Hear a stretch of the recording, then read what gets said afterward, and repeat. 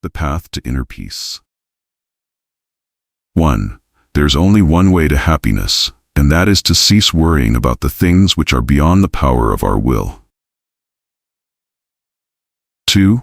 If you are distressed by anything external, the pain is not due to the thing itself, but to your estimate of it, and this you have the power to revoke at any moment. 3. Live a good life. If there are gods and they are just, then they will not care how devout you have been, but will welcome you based on the virtues you have lived by. If there are gods but unjust, then you should not want to worship them. If there are no gods, then you will be gone, but will have lived a noble life that will live on in the memories of your loved ones. 4. If you really want to escape the things that harass you, what you're needing is not to be in a different place, but to be a different person. 5. True happiness is to enjoy the present without anxious dependence upon the future, not to amuse ourselves with either hopes or fears, but to rest satisfied with what we have, which is sufficient. For he that is so wants nothing. The greatest blessings of mankind are within us and within our reach. A wise man is content with his lot, whatever it may be, without wishing for what he has not. 6. Don't explain your philosophy, embody it. 7. First, say to yourself what you would be, and then do what you have to do. 8. Any person capable of angering you becomes your master. He can anger you only when you permit yourself to be disturbed by him. 9. Circumstances don't make the man, they only reveal him to himself. 10. Don't seek to have events happen as you wish, but wish them to happen as they do happen, and all will be well with you. Virtue, self-mastery, and wisdom. 11. God has entrusted me with myself. No man is free who is not master of himself. A man should live so that his happiness shall depend as little as possible on external things. 12. Know you not that a good man does nothing for appearance's sake, but for the sake of having done right? 13. If you live in harmony with nature, you will never be poor. If you live according to what others think, you will never be rich. 14. A mind that is placed beyond the reach of fear, beyond the reach of desire, that counts virtue the only good, baseness the only evil, and all else but a worthless mass of things which come and go without increasing or diminishing. The highest good neither subtracts any part from the happy life, nor adds any part to it. A man thus grounded must, whether he wills or not, necessarily be attended by constant cheerfulness and a joy that is deep and issues from deep within, since he finds delight in his own resources and desires no joys greater than his inner joys. 15. When someone wrongs you, ask yourself, what made him do it? Once you understand his concept of good and evil, you feel sorry for him and cease to either be amazed or angry. If his concept is similar to yours, then you will be bound to forgive him, since you would have acted as he did in similar circumstances. But if you do not share his ideas of good and evil, then you should find it easier to overlook the wrongs of someone who is confused and in a moral muddle. 16. Wealth consists not in having great possessions, but in having few wants. 17. The soul becomes dyed with the color of its thoughts. 18. How much time he gains who does not look to see what his neighbor says or does, but only at what he does himself, to make it just and holy. Resilience in adversity. 19.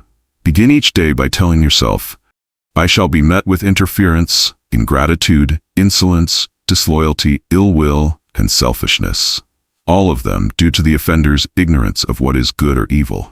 But for my part, I have long perceived the nature of good and its nobility, the nature of evil and its meanness, and also the nature of the culprit himself, who is my brother, not in the physical sense, but as a fellow creature, similarly endowed with reason and a share of the divine. Therefore, none of those things can injure me, for nobody can implicate me in what is degrading. Neither can I be angry with my brother or fall foul of him, for he and I were born to work together, like a man's 2 hands, feet, or eyelids, or the upper and lower rows of his teeth. To obstruct each other is against nature's law. And what is irritation or aversion but a form of obstruction? 20. If anyone tells you that a certain person speaks ill of you, do not make excuses about what is said of you, but answer, "He was ignorant of my other faults, else he would not have mentioned these alone." 21. I am not soothing you or making light of your misfortune. If fate can be overcome by tears, let us bring tears to bear upon it. Let every day be passed in mourning, every night be spent in sorrow instead of sleep. Let your breast be toned by your own hands, your very face attacked by them, and every kind of cruelty be practiced by your grief, if it will profit you. But if the dead cannot be brought back to life, however much we may beat our breasts, if destiny remains fixed and immovable forever, not to be changed by any sorrow however great, and death does not lose his hold on anything that he has once taken away, then let our futile grief be brought to an end. 22. Let us then steer our own course, and no longer allow ourselves to be driven to leeward by the force of our misfortune. He is a sorry pilot who lets the waves wring his rudder from his grasp, who leaves the sails to fly loose and abandons the ship to the storm. But he who boldly grasps the helm and clings to it until the sea closes over him deserves praise, even though he be shipwrecked. 23. Never let the future disturb you. You will meet it, if you have to, with the same weapons of reason which today arm you against the present. 24.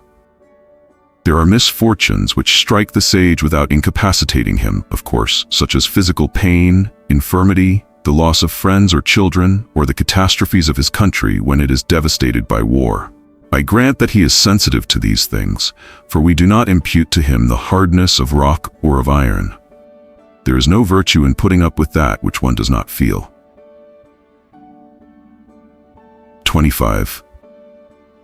And they say that there is this difference between the mind of a foolish man and that of a wise man, that the foolish man thinks that such visions are in fact as dreadful and terrifying as they appear with the original impact of them on his mind, and by his assent, he approves of such ideas as if they were rightly to be feared and confirms them.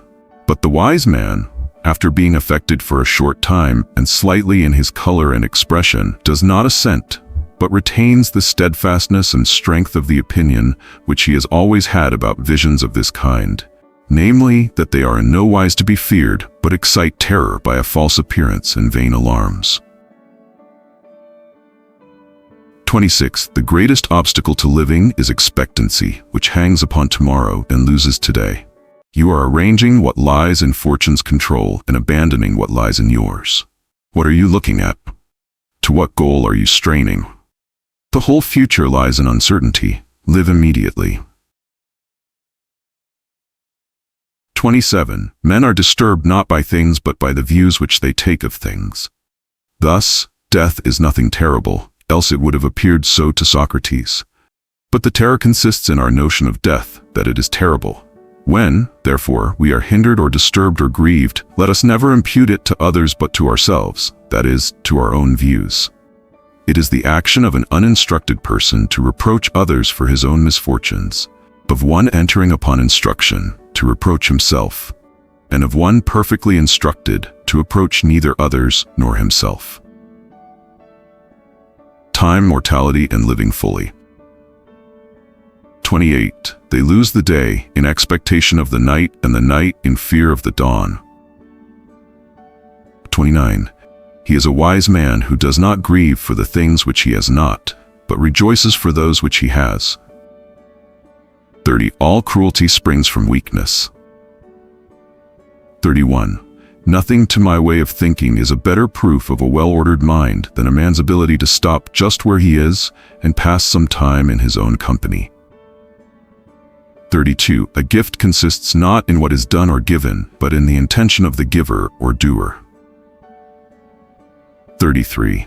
You act like mortals in all that you fear, and like immortals in all that you desire. 34. If a man knows not to which port he sails, no wind is favorable. 35. You live as if you were destined to live forever. No thought of your frailty ever enters your head, or how much time has already gone by. You take no heed. You squander time as if you drew from a full and abundant supply, though all the while, that day which you bestow on some person or thing is perhaps your last.